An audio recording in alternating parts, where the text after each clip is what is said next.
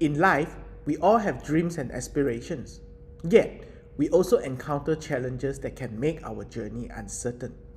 But here's the secret to living a life worth living. It starts with a vision, it starts with a plan. It begins by crafting a plan, not just for your life, but also for your money. This is where financial planning steps in, a strategic process designed to guide you through life essential aspects. It's about maintaining financial health, making wise decisions, and using your resources to create a life you truly value. Financial planning empowers you to achieve crucial life goals while preparing for major milestones. It's a process that gives birth to your financial plan, a roadmap to navigate your savings, investments, and dreams, such as getting married, starting a family, ensuring security for your loved ones, facing unexpected financial hurdles, securing your children's education, and ultimately achieving your own financial freedom. Proper financial planning is an ongoing journey. When you work with a licensed financial planner, you gain confidence, insights into your financial health, and clarity on your life goals and priorities. Let's embark on this journey together, start planning for a better life today, and create a secure tomorrow.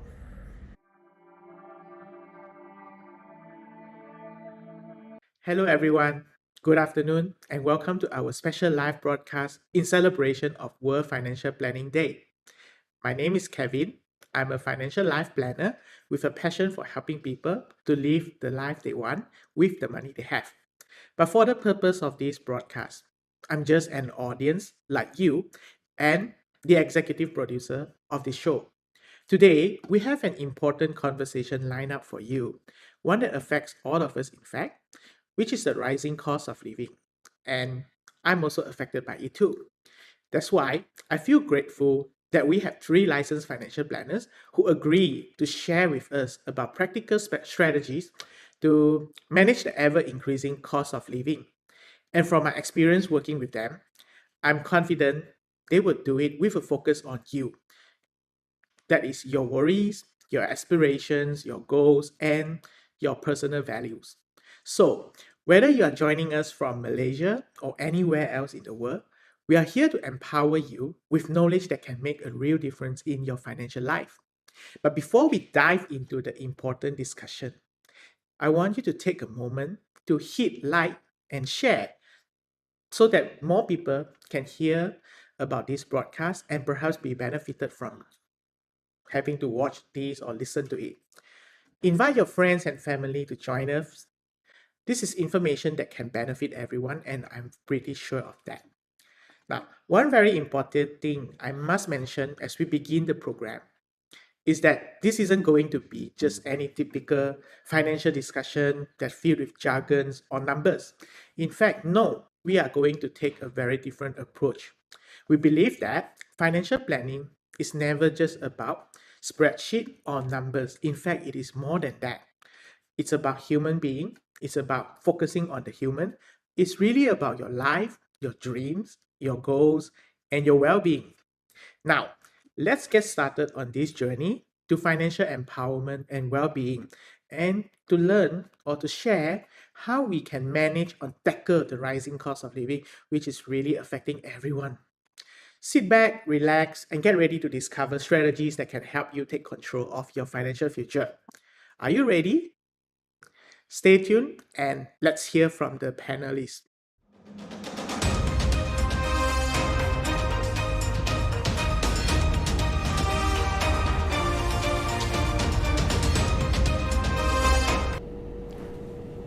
Hello. Hi, we are live now. Good afternoon. I think now it's 12:09. I think some of us are having lunch, right? So thank you for joining us.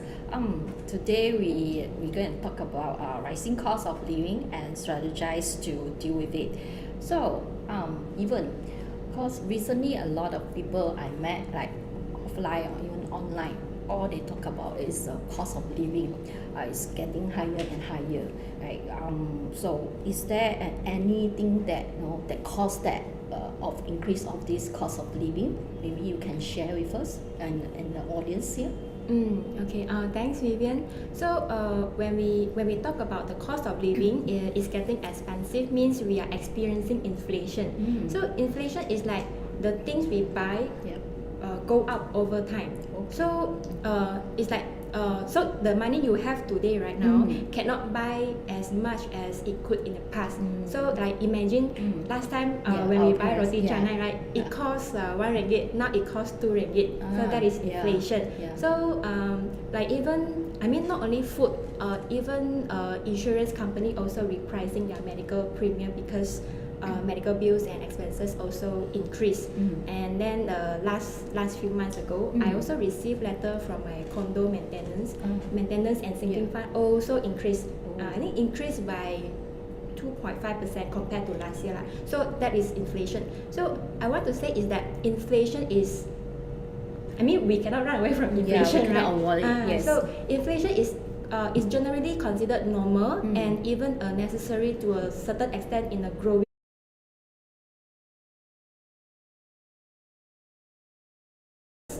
difficult for us to save. Difficult for us to buy the things we need and also save for the future. So you have to understand this is that inflation happens for many reasons, and some of the reason including like the strengthening of the US dollar against major currency, and then we have this increase in commodity prices, and then we have this geopolitical tension involving Russia and Ukraine last year. So that's why we cannot run away from this. So not only this, the authorities such as central bank and governments also will try to control the inflation at a stable, at a manageable level, so that central bank. So every country will have their own central bank. Like in Malaysia, we have Bank Negara. So Bank Negara will influence the inflation through the money supply and this interest rate. So how they intervene is that if the Bank Negara increase the money supply too aggressively or keep the interest rate low for a long period of time, then it can actually stimulate inflation as well. So the current situation is that Bank Negara Malaysia, they increase the interest rate is actually to control or to combat the inflation rate so that it keep at a stable level. Then when you look at the other countries like ASEAN country, when we compare to other ASEAN country, I think Malaysia inflation rate is at about 3.3%. Wow. 3.3%. According to the DOSM, Department of Statistics Malaysia lah. So we have our neighboring country like Thailand, Singapore, they have about 6.1%, Philippines 5.8%, or even Indonesia, they have 5.5%. So Malaysia is at it's quite normal rate lah. So this is the things that we want to, live along with inflation. That is the purpose why we are here today to discuss the cost of living challenge and also the strategies on how to manage it. I do agree with you. Living of course is increasing, that we cannot avoid, right? So it's things that we have to deal with it, have to find ways to deal with it. So back to you, Bing. Just that if we don't do it at the early stage, what the effect that will occur to us, especially like in each of us here. Okay, one of the most direct effect or the symptoms of that an individual will face is actually on reduced saving or even no savings. Now why? Because when things get more expensive, then we spend more money on the things that we usually purchase, and hence it decreases our ability to save more. And when this happens, it may lead to a second issue, which is the increased debt. Why? Because when we want to fund our own lifestyle expenses or necessary expenses, then we might need to swipe credit card or even get more loan to fund our own living expenses. Because if for individual, yes, and then for family also, because we have maybe have kids that who needs to rely on us for money to live on for daily life. And next thing is also the lowering of standard of living. For example, every week I may drink 1 cup of coffee, 1 cup premium coffee, and because of price reason pretty fast and aggressive in the recent times, then I might need to drink one cup of coffee in 2 weeks, right? And besides that, we may also need to cut back on discretionary expenses. So what are the examples of discretionary expenses, right? It is like traveling, our going for our hobbies, or even like entertainment. So these are the things that enhances our lifestyle and give us a momentarily happiness for us to fulfill our own desire, right? Yeah. Okay. So even so, beside of all this, we cannot save things that we may rely on credit card, all this. So anything that will affect us as well. Other than that, my point of view is aligned with Wen Bin. Okay, so you will always feel the money is not enough because you have lesser saving for the future now. So it may seem okay. I mean, if you do nothing right now, I mean it's still okay at the current moment, but you will feel the real impact in your future. Like last year, like we talked about the retirement last few years. I said I want to retire at 55. The retirement fund you need to prepare is around 2 million. But because of a higher cost of living, is 2 million enough? So the thing is the readiness for the retirement plan could be compromised because of higher cost of living. So you have to review back whether or not your saving for your retirement or for your future, is it sufficient to cover for the shortfall in saving. So it can cause to delay your retirement plan as well. Yeah, well, with the higher cost of living, there's so much of effect that will impact us in the future, especially we cannot save more. And then even our standard of living, I mean, last time our lifestyle would be like, wow, very like different. Then because of cost of living, that we have to reduce down. Even our retirement, we maybe have to be like delay on that part, right? So yeah, so this is one of the effect that will affect us if we don't do it with at the early stage, we don't manage it well. Yeah. So Vivian, I know among us yes, you are I know more what you're closer. talking about. You are more closer to the retirement age than me and Wen Ding. So would you want to share more about your feeling?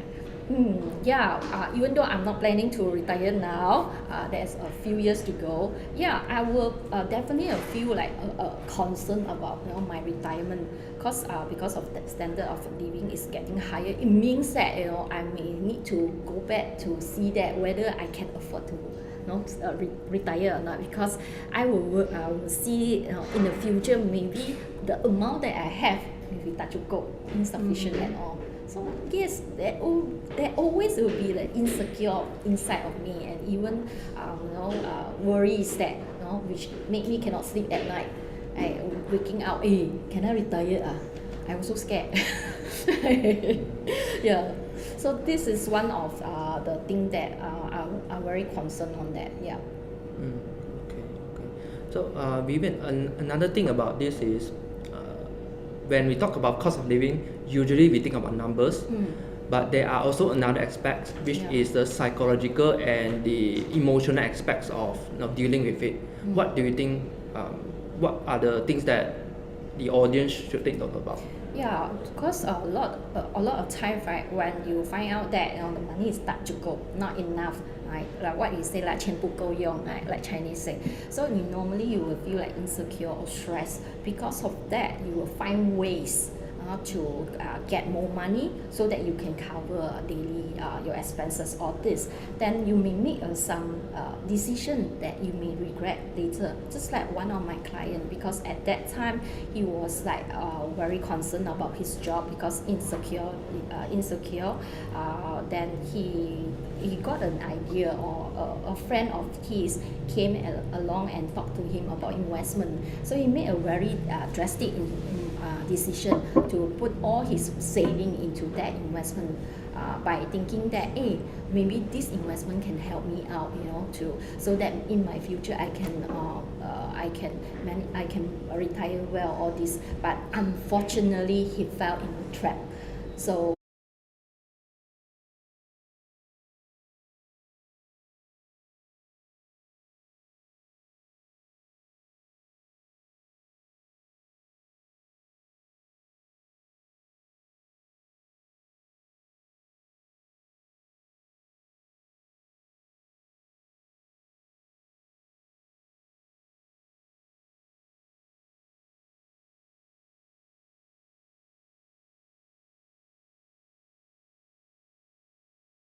So it also involves psychological and emotional journey as well. One of the significant psychological aspect is the resistance to change.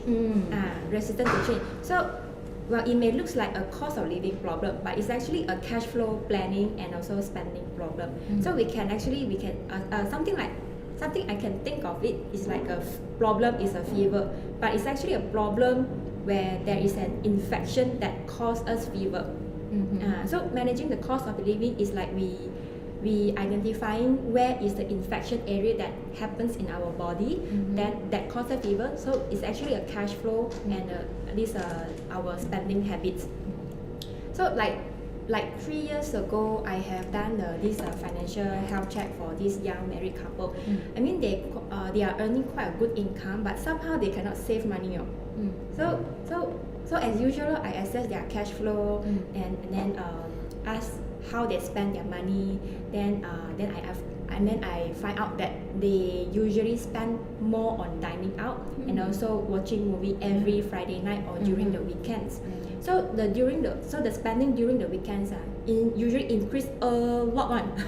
So I noticed that this trend, this spending trend. So I asked them, where did you spend the money? And then they said mostly dining out and shopping as usual. So I asked further, can this be reduced? They said can. Wow. But we have been doing this for years. It is hard for us to change our habit. So I want to say is that the resistance to change is, it's normal. It's a common psychological things that we have in our habits. So we have to acknowledge it. We have to acknowledge it. So deal with it. You have to deal with it, acknowledge it. You can take a small step, okay, and then take a small step, and then to plan it. To plan it. So what they did is after a few months, I coach them. This is how they do. They list down all the expenses and then identifying what is the necessary spending and what is discretionary. Discretionary means spending or not spending this money. It also would affect your basic living requirements. So they're making a list of area to cut down. So after a few months later, they see their growing. They see their saving growing. They have a very good result after that. So I want to say is that it's okay to feel the resistance to change. So everyone have this kind of resistance to change. So you have to acknowledge it. You can start a small step, set achievable goals, and then this process can actually help you to build confidence and also make the process less daunting. This is part of the how you change your habits over time. It's not overnight, it's over time. Don't feel guilty. So at least you start from a small step first, right? Yes, correct. Yeah, I pretty agree with Yvonne on the resistance to change because it's like every Sunday or every weekend you go and makan very big, then suddenly you are told to, you need to cut everything. Imagine you are the person, what will you feel? Yeah. Are you no not right? Something not right. No, I think like Yvonne said, we can actually start on a small step. If there's some changes required for a habit that we have done for a very long time, take a bit small step, right? Break it down. So let's say if you makan big every weekend, then maybe just cut one, just trim one only and see how it goes. Yeah. And I'd like to summarize also. Thanks for Vivian and even for chipping in. So for the psychological aspect, there are a few things that the audience can take note. The first one is straight on stress, anxiety, and then also probably some frustration and guilt along the way. Right? And finally is on the resistance to change. These are all a very normal human reaction to certain stressful events when it happens to us. Right? And for next question, even how can people stay motivated and committed in their financial journey, with all these many things that are happening at the same time? I want to say is achieving financial goal can be challenging, but I can assure you it is a definitely rewarding journey. Okay, to stay committed and motivated, I think one should have a very clear goal. So for example, I want to save money. This is not a clear goal.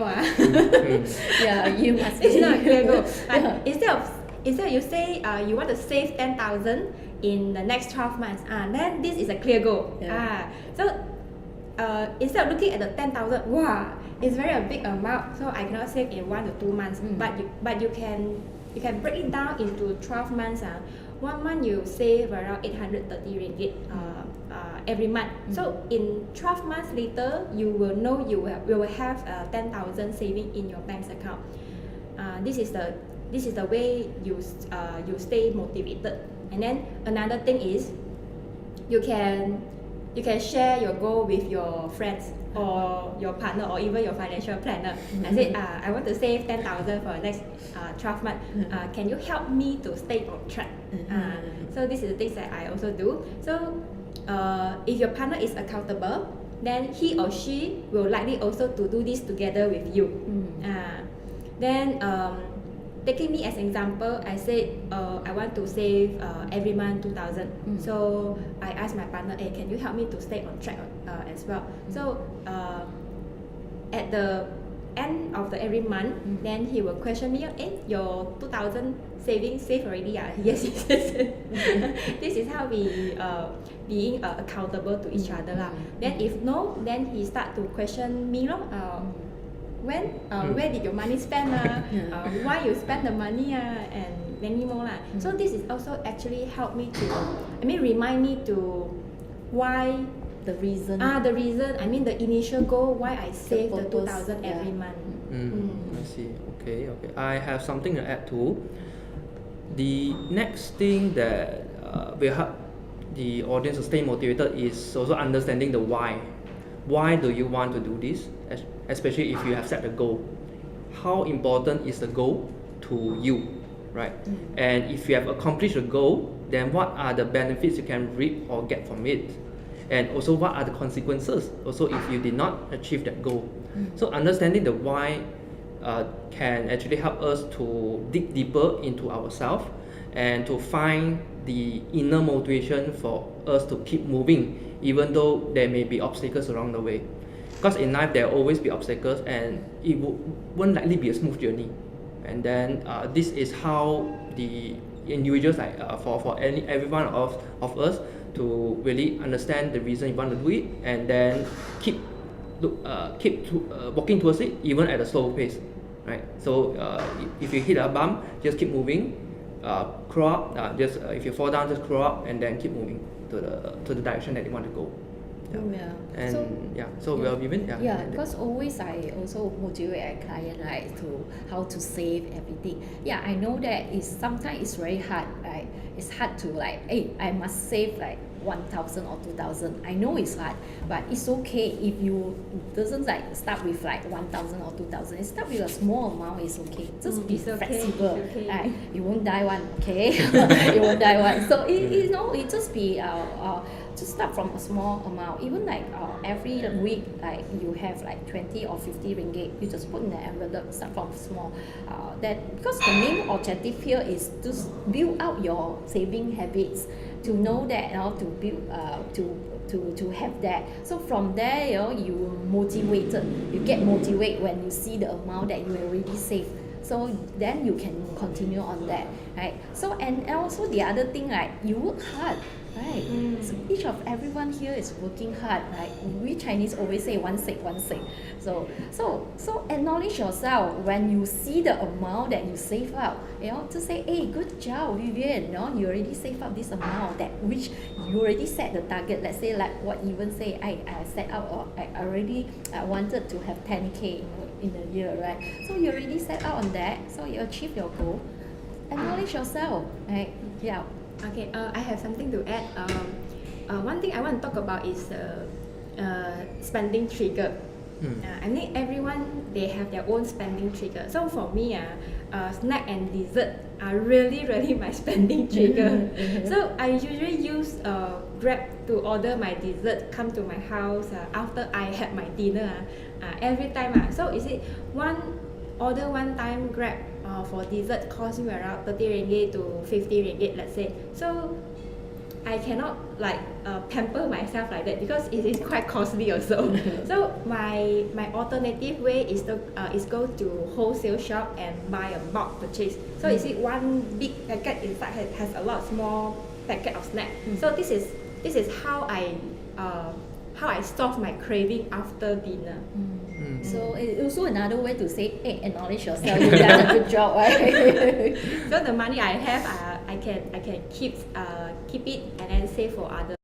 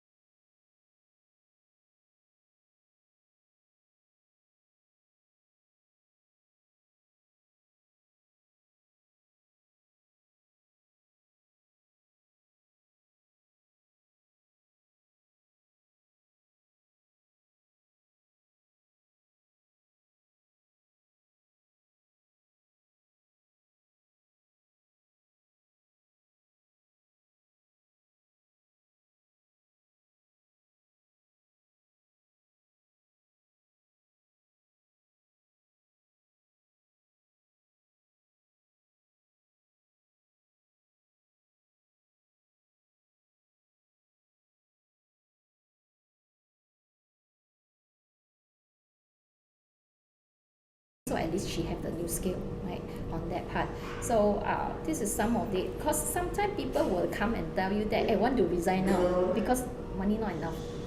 Don't do that, okay? It's not a right way. So it's always that before you do anything, make any decision that make sure that you have enough of emergency funding on that part. So another thing would be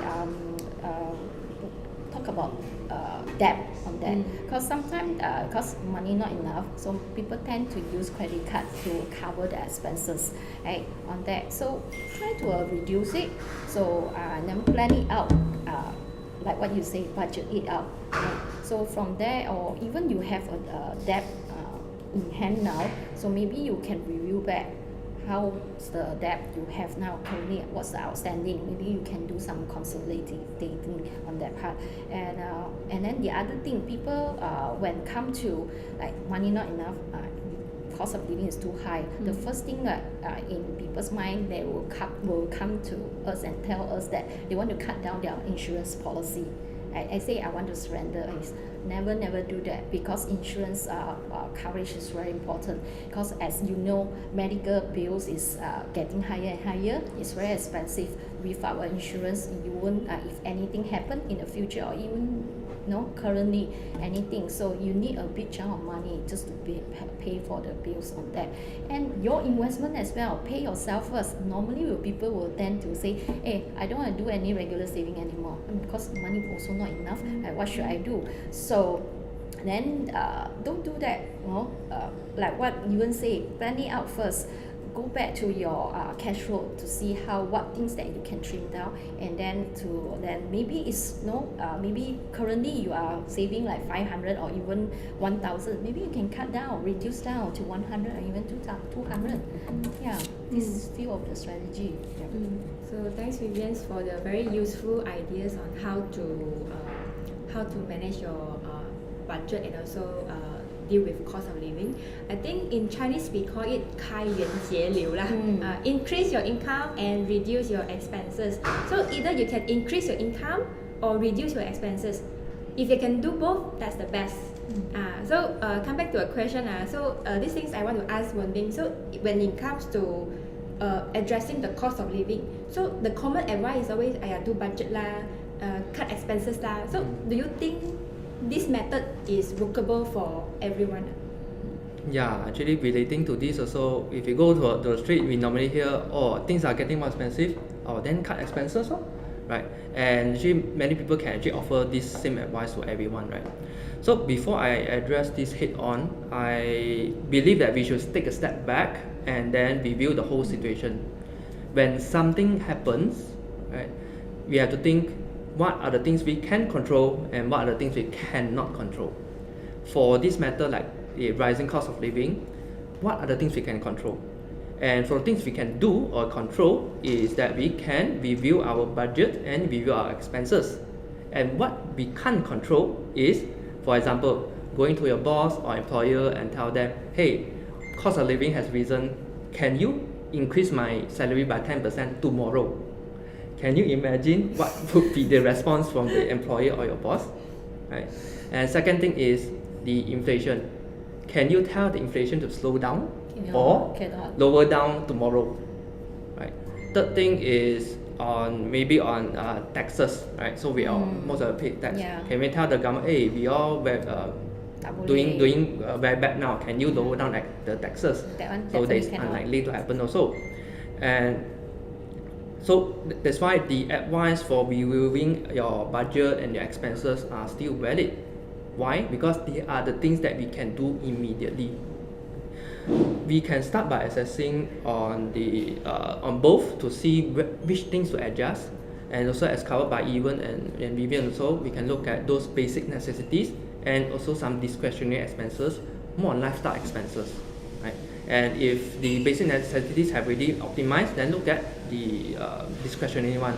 Are there anything I can put to later? Maybe when things are better, I could return to my original habit.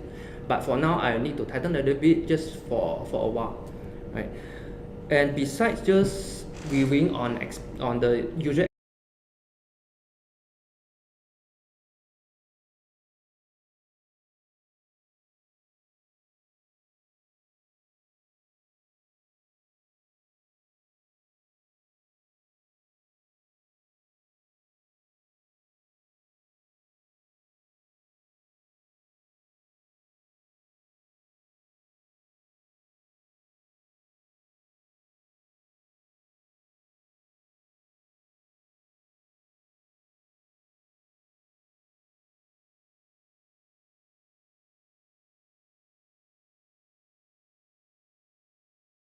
you that it is still the hard-earned money that you get into your savings, and then because you accidentally forgot to repay the credit card, then you incur these charges, right?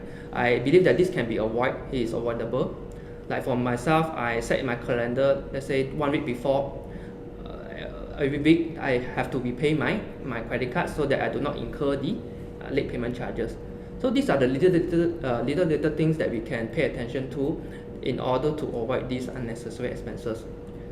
And the next thing is also more on longer thing is taking care of our health. If we take good care of our health now, then moving forward, we can have a better many organs, right, can function better, can function longer, and we can reduce expenses we spend on supplements, on medication if really necessary. Yeah, these things are, as we age, right, then our body will go to function slower and slower. But living healthily, we can slow down this process of aging. Yeah. So I think these are the things that we can do to cope with our cost of living. Yeah. So in all, I think viewing our budget and expenses are still both very practical actions that we can take individually. Okay. Yeah. When it comes to this saving money for everyday expenses, how can like individual like you guys single and get married, and me myself family, how to save money on everyday expenses without compromising our quality of life? Yeah, go first. For me, I will speak from a point of individual, right? Yeah. So the first thing is shop smart. Yeah. Shop smart meaning I am a big fan of online shopping platform. So when I purchase things there, I would usually find out if there are any vouchers, and usually I buy things that I don't use. I use often, but then it doesn't have any. It's not perishable items, right? And if it's not perishable items, then I can buy it in the big quantity or in bulk volume. Also, or I will check out if on certain days there are any sellers that give more discounts. And one thing is there are a lot of competitions in the platform, so I can actually survey which item has lower price compared with the other seller. Shipping, no shipping. Yeah, free, right? yeah, correct. Of course, I also do take note if it's original or not. As you know, there are also a lot of fake products out there. Then it is also our responsibility to know if the product they're buying are authentic or not. Yeah. So Shop Smart is also one of the way to help me to save money in the longer run, because if the things I really use I use often if I can save 10 ringgit for every purchase, then over 1 year I could save hundreds of ringgit or even thousands or so. So that is the indirect savings that I can get. And the second thing is cancelling unnecessary subscription. For example, last month I found out that I've been paying this news platform for quite some time, and I don't usually go into that.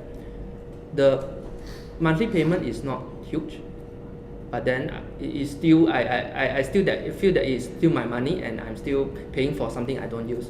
Hence, I took the action of cancelling it, and if I really need it, I can always resubscribe. The savings that I get from this may not be huge, but then it could buy me a pretty good meal in a year of savings. Yeah, like sikit-sikit jadi bukit. Yeah, sikit-sikit menjadi bukit. Yeah. And the third one is, as a normal human being, I also have the impulse purchase, right, team. So for this, I limit my impulse purchase. If you can see my online shopping platform, my cart, right? my cart, right, I got hundreds of over items that I wish to have. Right? Yeah. So this item, that sometimes when I feel bored, I just go and see, oh, nice to see. But then I don't buy it. Yeah, because all these things are nice to have, but then they are not my necessities. They are just my want. It's good to have. When some can enhance my lifestyle, but then and I see not really every day, just some of the time. Can I live without it? Yes. Hence, it continues to stay in my shopping cart. Yeah. On the final thing, probably on this. Okay. On this, probably not many people, not everyone would agree with this, but it's actually on buying second-hand items, right? Because why not many people agree on this? As I understand, is a psychological reason behind. When people think of buy second-hand, right? They are afraid that people will think, you don't have money to afford a new one, is it? Or why do you choose to buy a second-hand when you can buy a new one? Yeah. Many people out there, they are concerned of what people say, and then hence they buy a new one where a second-hand could function the same and at a lower cost. For myself, I don't really care of what people say. Like my car, I purchased second-hand from a reputable car platform. It's a total upgrade from a previous car. The objective is for the car to get me from point A to point B. Yes, I can get a new car.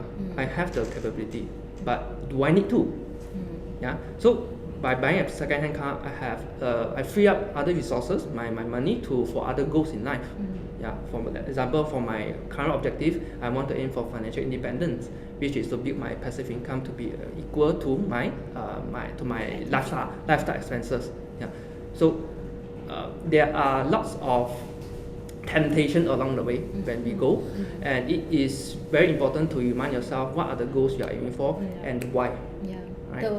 The lifestyle you want it and the objective of that, right? So that is very important. That. So how about yourself? Newlywed. Yes. Even just. Okay.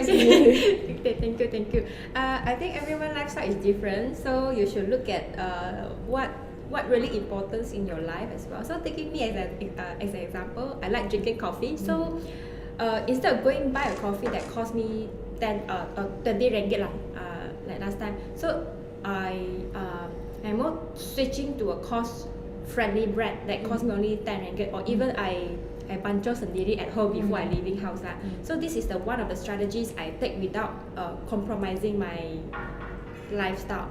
And then other than this, I also cancel some of the subscription YouTube channel also, because mostly are for entertainment.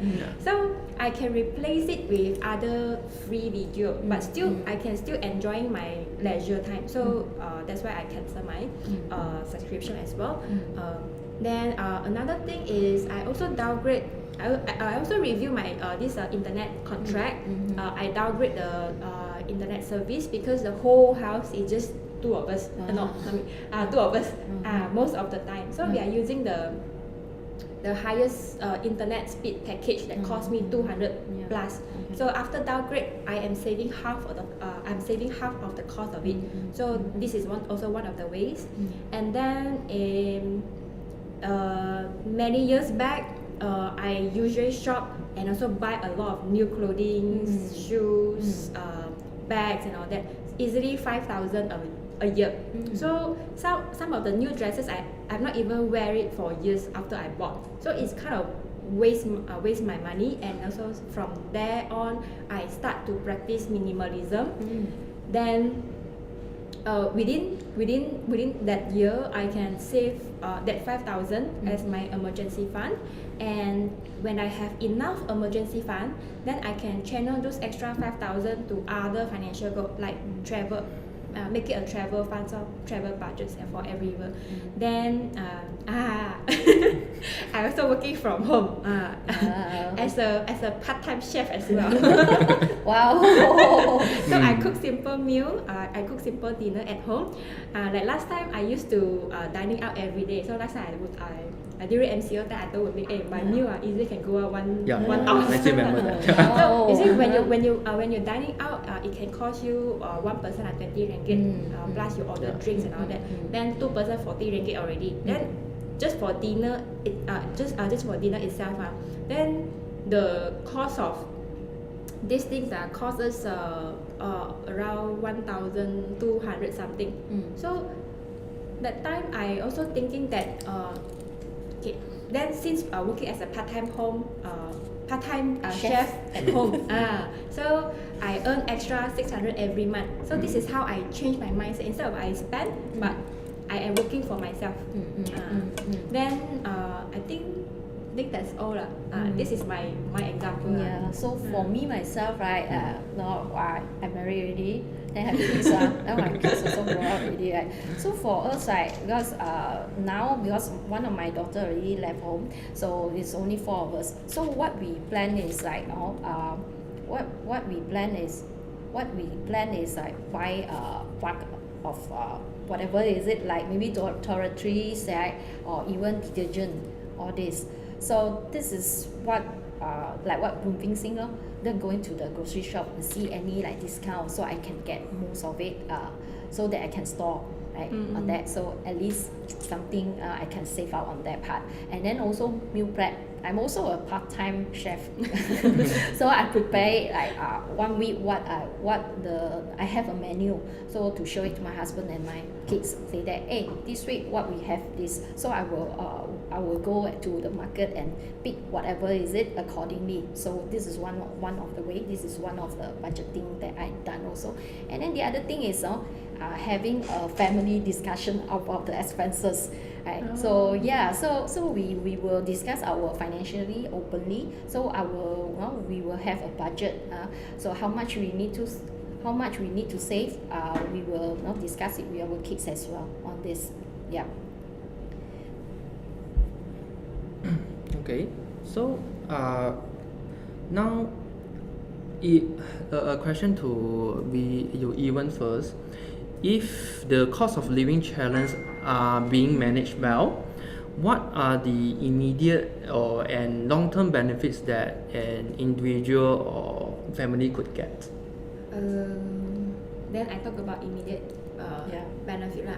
And I think I can think of these two benefits. One is able to increase your saving by cutting down all the unnecessary expenses and budget wisely. So you can free up some money.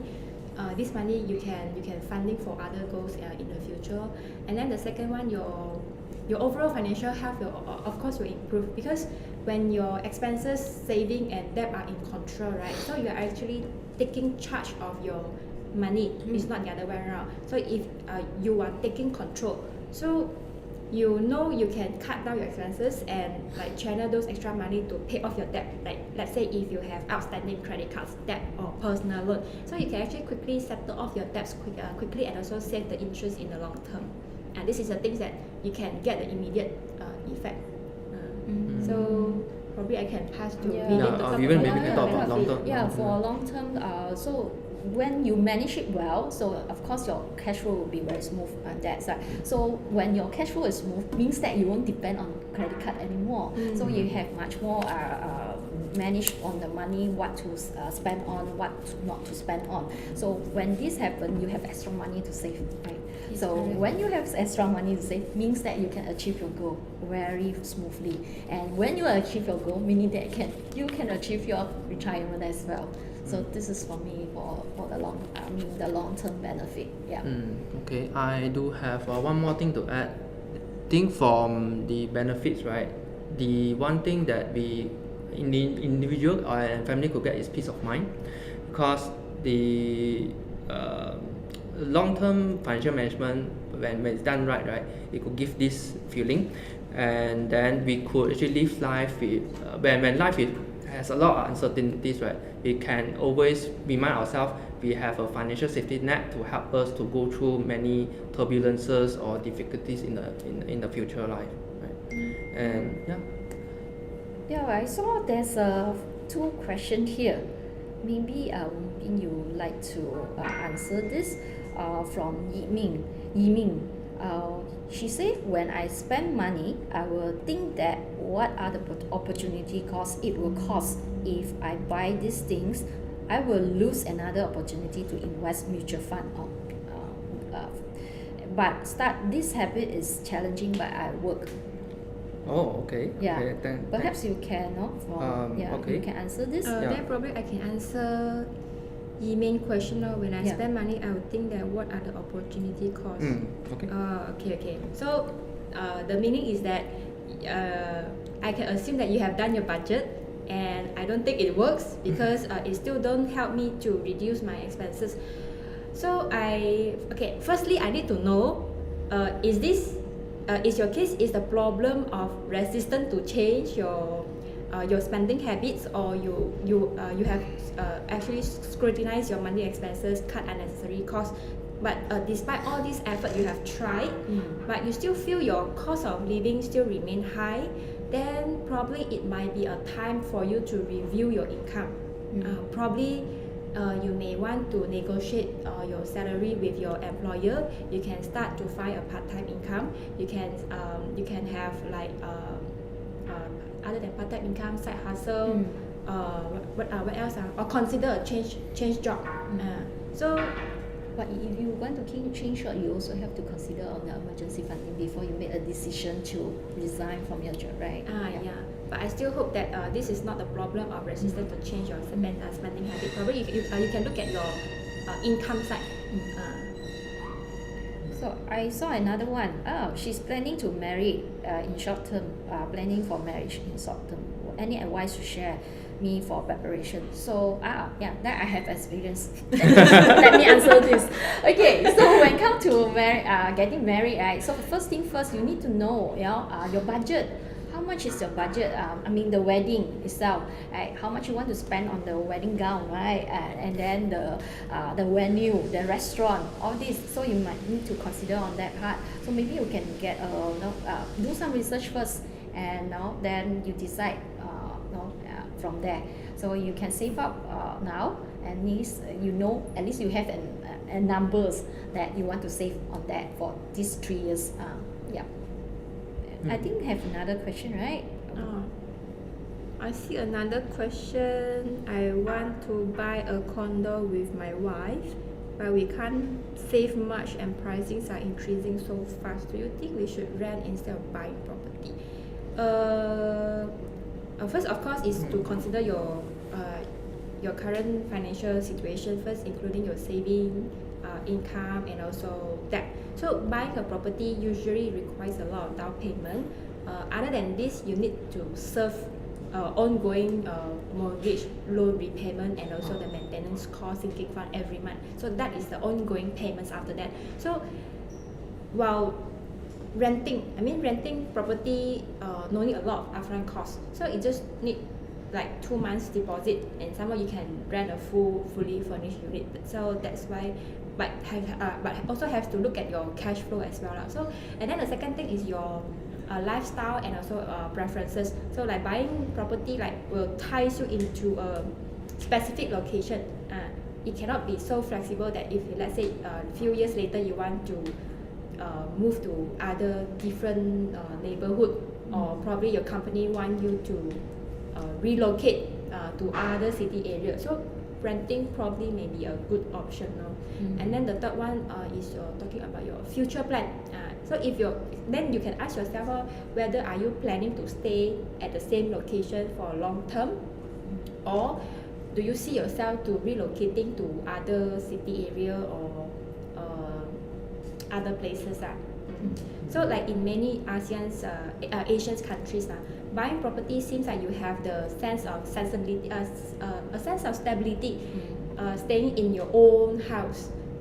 But it also need to consider balance with your affordability and also your individual preference as well. So if saving for a down payment is kind of very challenge for you, then don't stretch yourself too much, because it will affect your future cash flow.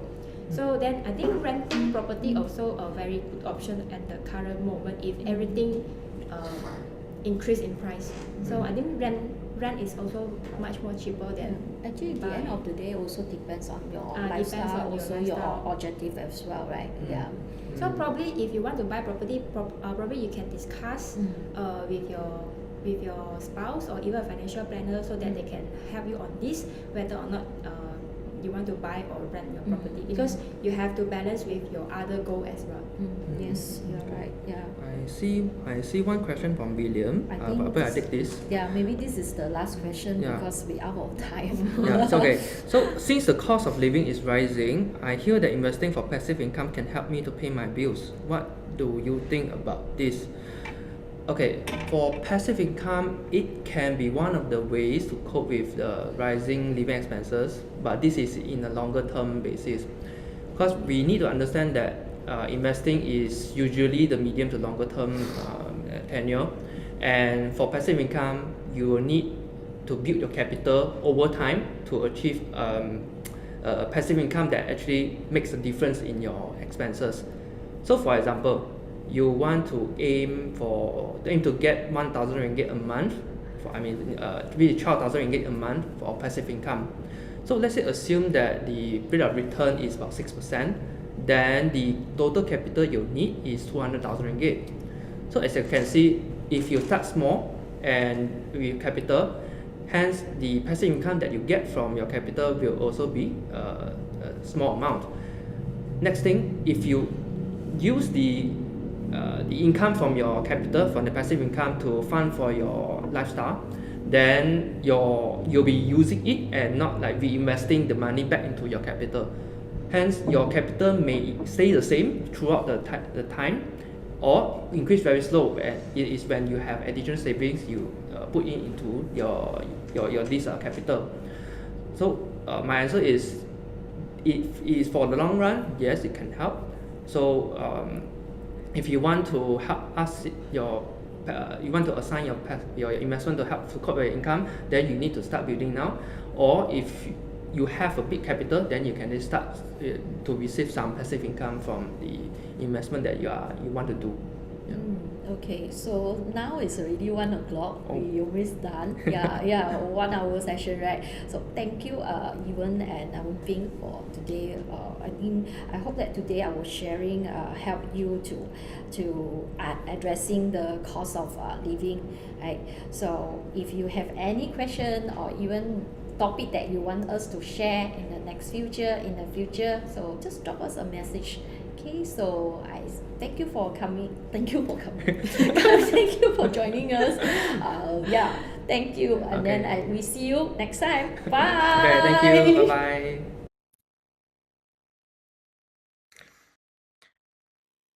And that's it. Thank you all for joining us today for this insightful discussion on managing the rising cost of living. I hope you found these ideas and insights valuable. Remember, financial planning is not just about number, it's about your life, your dreams, and your well-being. Before we conclude, I would like to express my gratitude to our fantastic panelists for their expertise and dedication. Your insights have been truly invaluable, and also thank you to the audience for being part of the journey today. And to our audience again, if you have any more questions or if there's a specific topic you'd like us to cover or discuss in the future, please feel free to comment or send me a message. We are here to support you on your financial journey. And don't forget to share this broadcast with your friends and family. I'm confident that the insights shared today can have a positive impact on many lives.